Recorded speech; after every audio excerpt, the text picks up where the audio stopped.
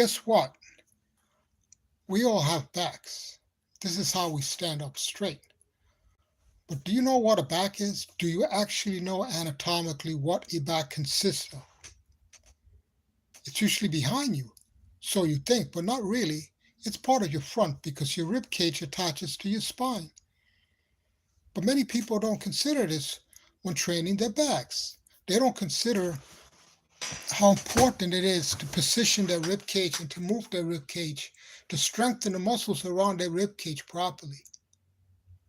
Listen, you have something called the serratus anterior. It's on the front of your ribs, but extends to your back, and it's such a very important muscle in the function of your back because it helps straighten you up. Without the serratus anterior, you cannot straighten out your back. Listen, it's not just the muscles behind you that help your back function. The serratus anterior also helps move the glenohumeral joint. Let me rephrase that. The glenohumeral joint. The humerus is here. This is the bone of the upper arm bone is the humerus. Now the glenohumeral joint is also consists of the clavicle. Three things: the clavicle, the humerus, and the scapula. Those need to rotate behind. The scapula needs to pull in and outward. This will help extend your rib cage and your spine. Extend your spine upward. Without the important glenohumeral joint, you cannot have proper spinal extension. The muscles that attach to the glenohumeral joint, once again, the serratus anterior part, the posterior serratus, the rhomboids, very much apart. The teres minor, the teres major, and also the subscapularis. These are all muscles that are part of the glenohumeral joint. Oh, wait a minute. You know what? I'm not supposed to have this. I don't know. I'm not sure.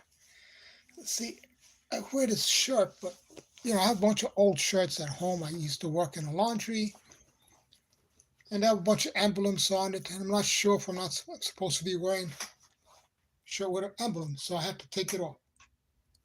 But now you can see my abdominal muscles. When you train your back, if you want to, this video, first of all, see that? I have to make this point really sharp. This video is not meant for recommendation.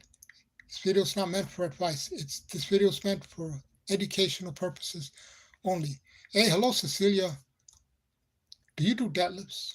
Do you do back exercises? I like to know, because how you position your shoulders make a big difference. And training, how you train your intercostal muscles make a big difference. Hey, how you doing? Do you do exercises to strengthen here the intercostal muscles? Those are one of the most basic movements, right? Just that side flexion, lateral flexion. It's one of the, but do you know that if you hold the band here out in front of you with your arms extended, and you don't move your arms, you just resist the band. This is it's just even more important because it's teaching you not to rotate. And why this is important is because if you're doing deadlifts or any spinal flexion movement, you want to avoid rotating at the same time. It causes massive damage to the ligaments and the tendons and the joints, the spinal disc. You never want to do a spinal flexion with this. How many have you seen people do that? But it's not correct, because you will damage your spine irreparably. It has potential to damage the spine irreparably. Spinal flexion. robotic manner, contracting all the muscles of your core, not rotating. It's very important. Everybody says, yeah. I know that already, yeah. But knowing is not enough. Doing, having the capability, the ability to do it is what's important. But back exercise, but how do you do it, Cecilia? Are you aware? See, the thing is, do you have somebody watching you from the side? Because here, I want to show you something. Here, I bent forward. Can you tell if I'm rotating? You can't. But now watch from the side. Look at this. Look at that. If you could see my back while I'm leaning over, means I'm rotating. Shoulders here. You see that? See the difference? You cannot see my back because I'm not rotating. When I rotate, you can see the mid back. That's the difference. How many people you see in the gyms and they're doing a deadlift or any spinal flexion and you can see their mid back? That means they're rotating. Spinal flexion and rotation damages the back, the spinal disc.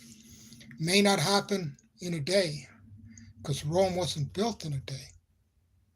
But with time, the spinal rotation with flexion damages the disc.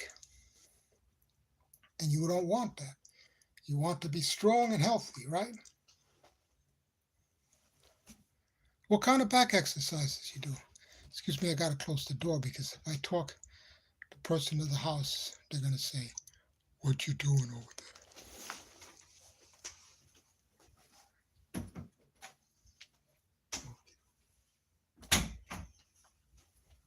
Oh.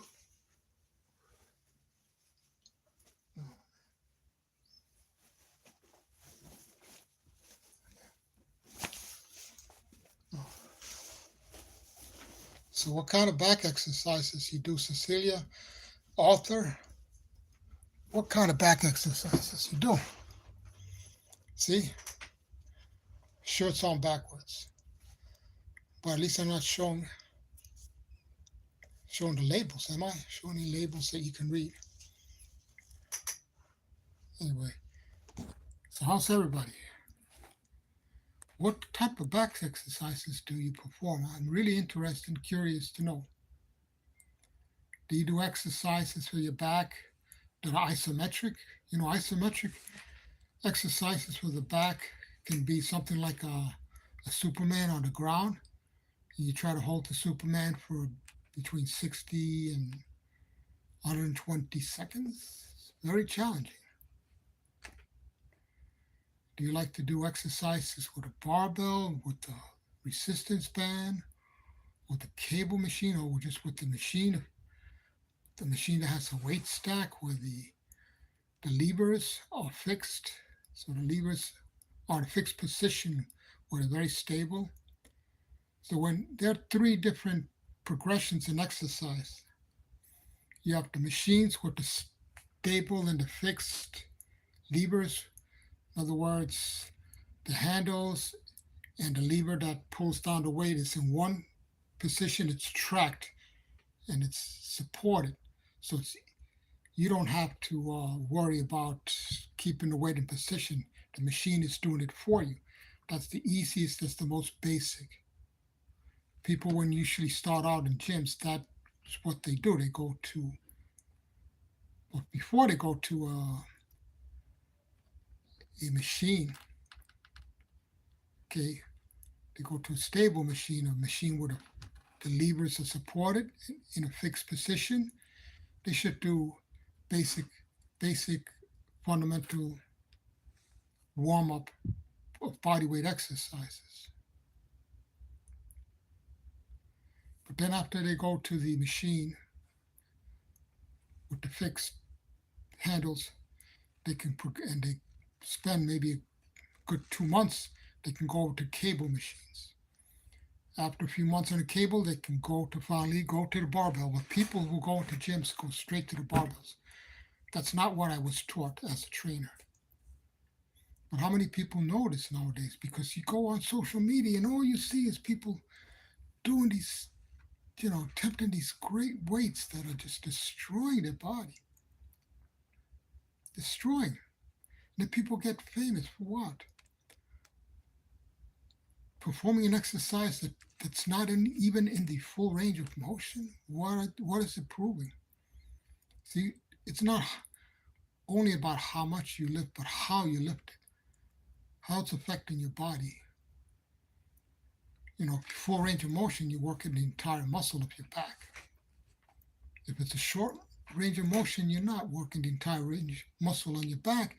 So if you go to bend down, you can hurt yourself because you have weaknesses, you have deficiencies in your back muscles. You have weak areas in your back muscles that are weak in certain positions. You have to train the back in all different positions, and all the muscles that work, all the back muscles that work in all different positions.